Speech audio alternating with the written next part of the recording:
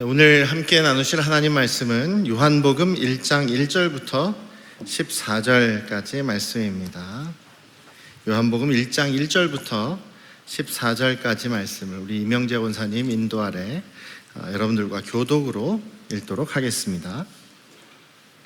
태초에 말씀이 계시니라. 이 말씀이 하나님과 함께 계셨으니 이 말씀은 곧 하나님이시라.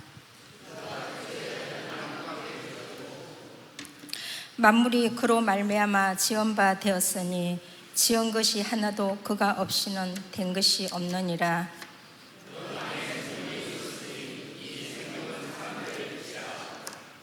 빛이 어둠에 비치되 어둠이 깨닫지 못하더라.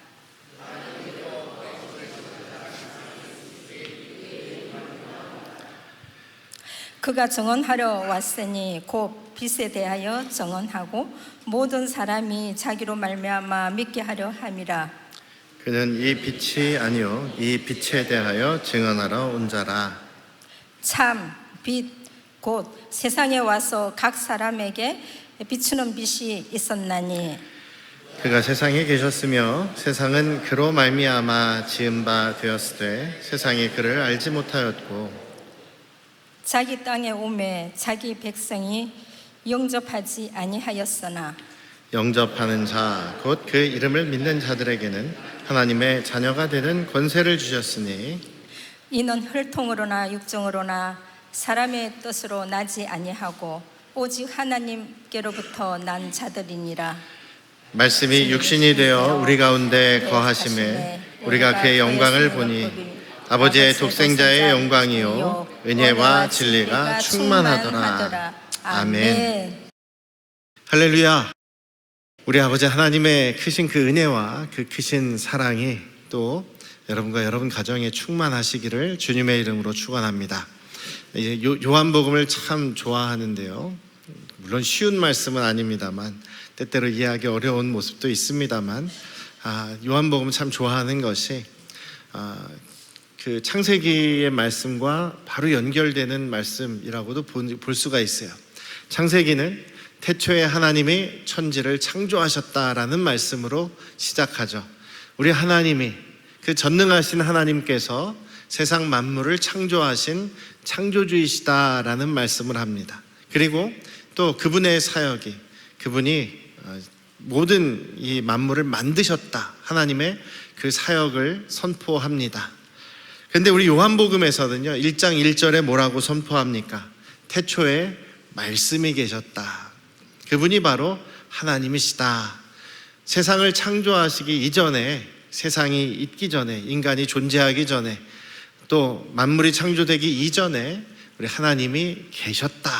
하나님이 계셨다라는 것으로 시작합니다. 그분의 존재에서부터 시작을 해서 그분이 하나님이시고 그분은 세상 모든 만물을 창조하시고 우리 인간도 만드신 분이다라고 이야기를 합니다. 그리고 그분이 직접 이 땅에 오셨다라는 것을 또 선포하죠. 이 땅에 자기 백성에게 오셨지만 아무도 받아들이지 않고 영접하지 않았다, 모셔드리지 않았다. 그러나 영접하는 사람, 곧 우리 주님을 믿는 사람은 하나님의 자녀가 되는 그런 특권을 주셨다라고 이야기를 합니다. 그래서 우리 요한복음 1장 12절 말씀을 우리가 굉장히 전도할 때나 아니면은 이제 우리에게 주시는 복음을 이야기할 때 언제나 빠지지 않는 말씀이 이 요한복음 1장 12절입니다. 믿음에 대해서 가장 쉽게 이야기하는 것이 저는 요한복음 1장 12절이라고 생각합니다. 영접하는 것, 예수 그리스도를 그냥 내 안에 모셔드리는 것, 이제 그것을 일단 믿음이라고 이야기하죠. 그래서 예수님 믿으십시오라는 것을 처음에는 예수님을 맞아들이십시오라는 말로 이야기하셔도 전혀 그것이 문제가 되지 않고 거부감이 들지 않습니다. 그런데 조금 더 나아가면은 이제 로마서에서는 그것을 조금 더 자세하게 이야기를 합니다. 로마서 10장에서는 우리 주 예수 그리스도께서 나의 주이신 것을, 나의 주님이신 것을 시인하고, 그리고 그분이 바로 부활하신 분, 죽음에서 다시 살아나신 것을 믿으면 마음에 믿으면 그는 정말 구원을 얻는 사람이다라고 이야기를 합니다. 그래서 우리가 보통 이야기할 때 예수님을 믿는다는 것은 일단 두 가지를 얘기합니다. 첫 번째로는 예수님이 정말 이 땅에 오신 분이고 나를 위해서 십자가에서 죽으시고 부활하신 분이라는 것, 그분은 부활하셨다는 것이다 라는 것.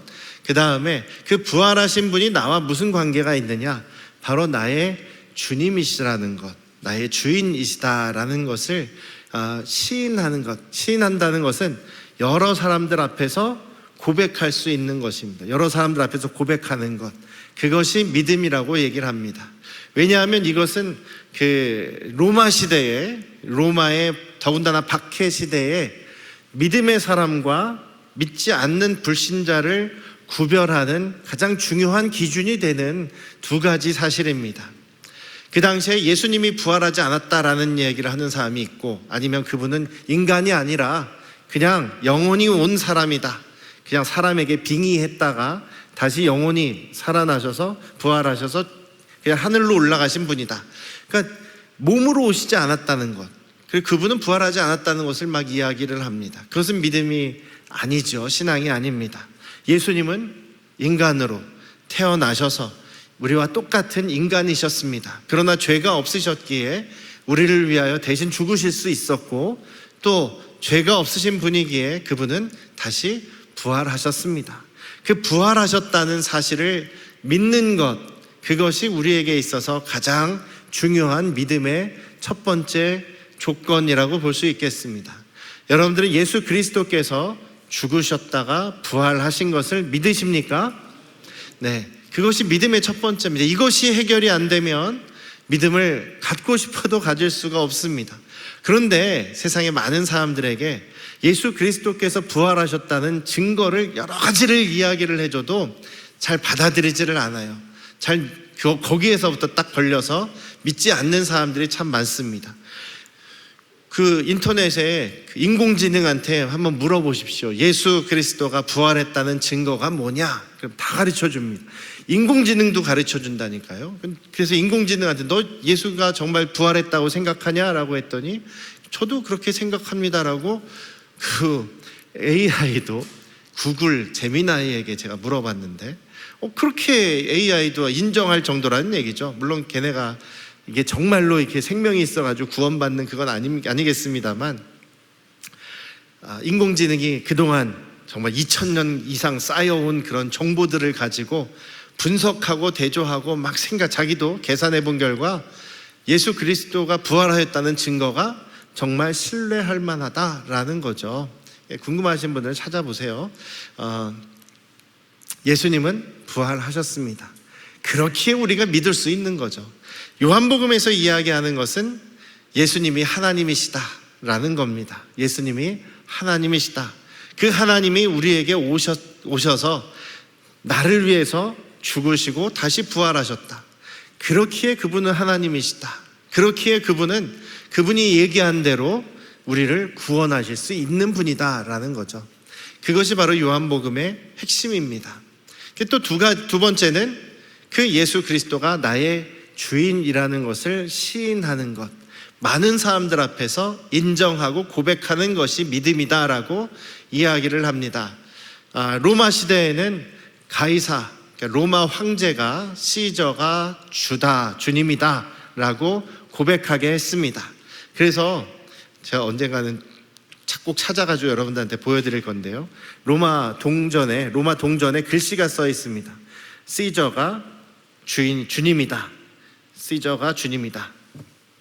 그러니까 우리 황제가 주님, 유일한 주님이다라는 게 동전에 써 있을 정도로, 그걸 새겨 넣을 정도로 어디서나 황제가 나의 주님입니다라는 것, 주입니다라는 것을 고백하게 했고, 또 이제 신상까지 세워놓고서 거기에 인사하고 그 다음에 황제가 나의 주님입니다라는 것을 고백하고 지나가게 했단 말이죠. 그런 시대에 아니다, 예수님이 나의 주님이다라고 고백한다는 것은 어떻게 보면 생명을 내놓는 일이라고 할 수 있습니다. 그래서 우리 그 중고등부 친구들이, 어떤 친구들은 그 여러 사람들 앞에서, 특히 우리 그 어른들 앞에서, 많은 사람들 앞에서 그 물에 들어갔다 나오고 침례받는 게 부끄럽다는 거예요. 부끄럽다는 거예요. 그래서 침례를 안 받으려고 하는 친구들이 하나가 있고, 또 찾아봤더니 물에 들어갔다 나오니까 번거롭지 않습니까? 머리가 다 떡지고 막 이렇게 되는 게 부끄럽고 싫다는 거예요.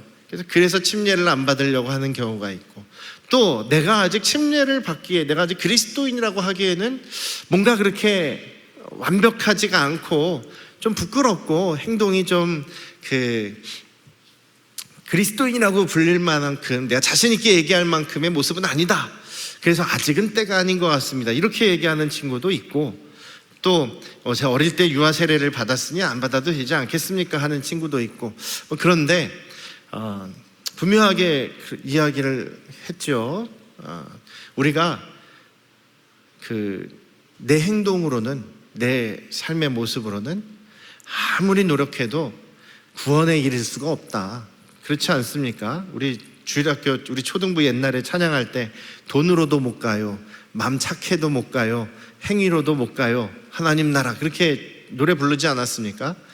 행동이나 내가 아무리 착해도 하나님 나라에 갈 수 없습니다. 왜냐하면 오직 하나님 나라는 믿음으로 가는 거기 때문에, 하나님의 은혜로 가는 거기 때문에 내 행동이나 내 선함이 구원을 보장할 수가 없습니다. 에베소서에 보면 그렇게 나와 있죠.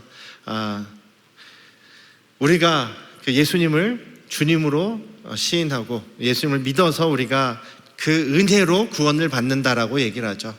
행위에서 난 것이 아니다. 구원은 행위에서 난 것이 아니다. 왜냐하면 아무도 자랑할 수 없기 때문입니다. 모든 사람은 다 죄인이기 때문에 하나님의 영광에 이르지 못하였고 다 죽을 수밖에 없다. 그러나 오직 은혜로, 자격이 없는 사람에게 주시는 선물이, 값없이 주시는 선물이 은혜 아니겠습니까? 그래서 우리가 주님의 은혜로 구원받는 것이다. 그렇지만 우리가 두 가지는 꼭 은혜로 구원받지만 주님 앞에 고백해야 되는 믿음은 두 가지가 있다. 예수님이 부활하셨다는 것을 믿습니다. 그리고 그 예수님이 나의 주님이십니다 라는 것을 믿습니다. 이 두 가지 고백은 우리의 삶에서 내가 믿음이 있다라는 것을 증명하는 그런 믿음의 고백이다라는 것입니다. 어디서나 어떤 사람들과 함께 계시더라도 우리 두 가지는 항상 증거하실 수 있기를 주님의 이름으로 축원합니다. 예수님은 부활하셨습니다. 실제로 부활하셨습니다. 그 예수님은 나의 주님이십니다. 나의 주인이십니다. 나의 하나님이십니다. 이것을 고백하실 수 있기를 주님의 이름으로 축원합니다. 예수님께서 우리 믿음의 사람들에게, 성도들에게 명령하신 의식이 기본적으로 두 가지가 있습니다. 침례와 성만찬식이죠. 이 두 가지는 예수님께서 명령하신 거기 때문에 우리는 생명을 걸고 그것을 지키면서 하고 있습니다. 특별히 이 침례는 성경적인 것은 침례예요. 예수님께서도 침례를 받으셨고 성경에 나와 있는 단어들도 다 물에 들어갔다가 완전히 잠겼다가 나오는 것, 그 침례를 이야기하고 있습니다. 세례는 나중에 점점 중세시대 때로 가면서 침례가 변화돼서 약식으로 바뀐 것인데 그것을 정통으로 사용을 하고 있는 거죠. 그래서 장로교회 목사님들도요, 공부를 그래도 잘 하신 분들은, 그냥 학교에서 가르쳐 주신 대로 잘 따라오신 분들은 침례가 성경적이라는 것을 다 인정은 합니다. 그런데 자기들의 전통을 따르는 모습에서 세례를 한다고 하죠. 왜냐하면 세례는 물을 그냥 뿌리는 거잖아요. 아무리 뿌려도 죽을 수가 없지 않습니까? 세례는 죄 씻음을 상징을 합니다. 죄를 씻어주는 것을 상징을 하는데, 침례는 정말로 내가 예수님과 함께 죽었다가 예수님과 함께 다시 부활하는 죽음과 부활의 의미를 담은 복음입니다. 그리고 그 예수님의 죽음에 참여하고 부활에 참여하면서 내가 새로운 사람으로 거듭났습니다. 저는 이제 거듭난 하나님의 사람입니다 라는 것을, 그것도 사람들 앞에서 선포하는 의식이기도 합니다. 그래서 사도행전에 보면 이디오피아 내시가 빌립 집사에게 이제 소개를 받죠. 예수님을 소개받죠.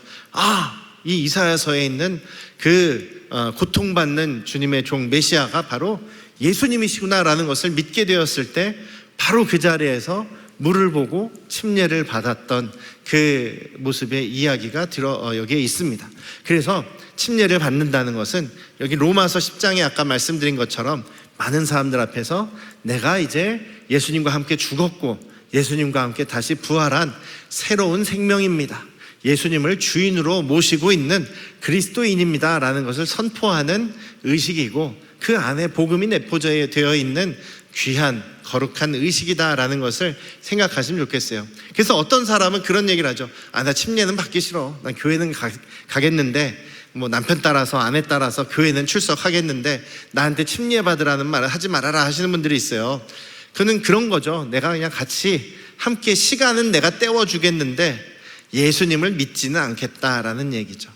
침례를 안 받는 사람 중에서도 예수님을 믿는 사람은 있을 수 있겠죠. 그 사람 마음속을 제가 볼 수는 없으니까요. 주님은 아시겠지만. 그런데 반대로 생각해 보십시다. 구원받은 사람이라면 침례를 거부할 리가 없지 않습니까? 그렇죠? 침례를 거부하는 사람이 내가 예수님과 함께 죽었고 다시 부활해서 나는 이제부터는 예수님을 나의 주님으로 모시고 살겠습니다 라고 공표하는 그 신앙 고백의 자리를 거부하는 사람이 믿음이 있다라고 할 수 있겠냐 이거죠. 그렇죠? 바꿔놓고 생각해 보면은 답이 좀 명확해집니다. 여러분 중에 혹시 아직 침례 안 받으신 분들이 있다면 인생의 주인을 결정을 해야 되는 거죠. 내 인생을 내 맘대로 내가 주인이 돼서 살아가시겠습니까? 아니면 예수 그리스도를 나의 주인으로 모시고 나의 주인으로 고백하며 살아가시겠습니까? 그래서 우리가 예수님을 주님으로 모시고 이제 살아가기 시작한다면 주님께서 나의 주인이 되시니 내 인생은 이제부터는 내 책임이 아니라 우리 주님의 책임이죠. 주님이 우리가 예수님을 믿는 그 순간부터 우리의 삶을 책임져 주실 것입니다. 믿으십니까? 우리 주님의 책임 아래에서 어떻게 보면 우리가 좀 평안을 누리며 주님 은혜 안에 살아가실 수 있기를 주님의 이름으로 축원합니다. 그래서 오늘 요한복음을 통해서 요한복음 1장 말씀을 통해서 제가 강조드리고 싶은 것은 한 가지예요. 우리 하나님의 속성이 여러 가지가 있습니다. 이제 오늘부터 몇 주간 우리 하나님이 어떤 분이신가라는 하나님의 속성을 좀 나누고 싶은데요. 말씀을 통해서 나누고 싶은데 요한복음에서는 두 가지를 이야기합니다. 오늘 본문에서 두 가지를 이야기합니다. 우리 하나님은 정말 우리 인간이 완전하게 이해할 수도 없고 또 우리 인간보다 아득하게 높으신 거룩하시고 위대하시고 능력이 있으신 그런 초월하시는 하나님이시다라는 것을 이야기를 합니다. 창조하신 하나님, 능력의 하나님, 전능하신 하나님은 우리 인간의 그 기대와 경험과 지식을 아득하게 뛰어넘으시는 초월하시는 하나님이시다라는 것이죠. 그렇지만 그 하나님이 그냥 멀리 우리와 상관없이 먼 우주 바깥에서 우리를 그냥 지켜보고만 계신 하나님이 아니라 인간의 몸으로 이 땅에 오신 우리에게 성육신하신 하나님이시다라는 것입니다. 인간의 몸으로 오셔서 우리의 모든 것을 다 똑같이 경험하시고 우리와 함께 살아가시는 하나님, 그래서 내재하시는 하나님이시다라는 말씀을 하고 있습니다.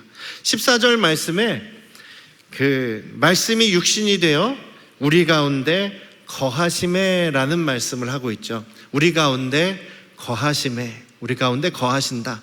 이 거하신다라는 말의 뜻은요, 아예 장막을 치고 우리와 함께 계시다는 얘기입니다. 우리와 함께 살기 위해서 우리 집에다가 아예 장막을 치신 분. 근데 이 배경은, 말씀의 배경은 출애굽기에서 이스라엘 백성들이 이집트에 나와서 광야에서 살아갈 때를 배경으로 하는 단어입니다. 이스라엘 백성들이 광야, 사막, 그리고 또 물도 귀하고 또 굉장히 척박한 땅을 살아갔습니다. 광야를 살아가는데 이스라엘 백성들에게 있어, 사람들에게 있어서 광야라는 것은 정말 뭐 죽음의 땅, 살기 힘들고 덥고 힘든 척박한 땅이라기보다는 그런 개념이 아니라 하나님과 함께 살았던 곳이라는 개념이 있어요. 하나님이 우리와 함께 계셨고, 그리고 이스라엘 백성들은, 광야에서의 이스라엘 백성들은 춥고 덥고 불편하고, 물 약간 불편한 것은 있었겠지만 뭔가 물이 없어서, 먹을 게 없어서 고통스러웠던 경험이 아니라 하나님께서 우리 가운데 함께 같이 텐트 치고 성막을 짓고, 그것도 텐트잖아요.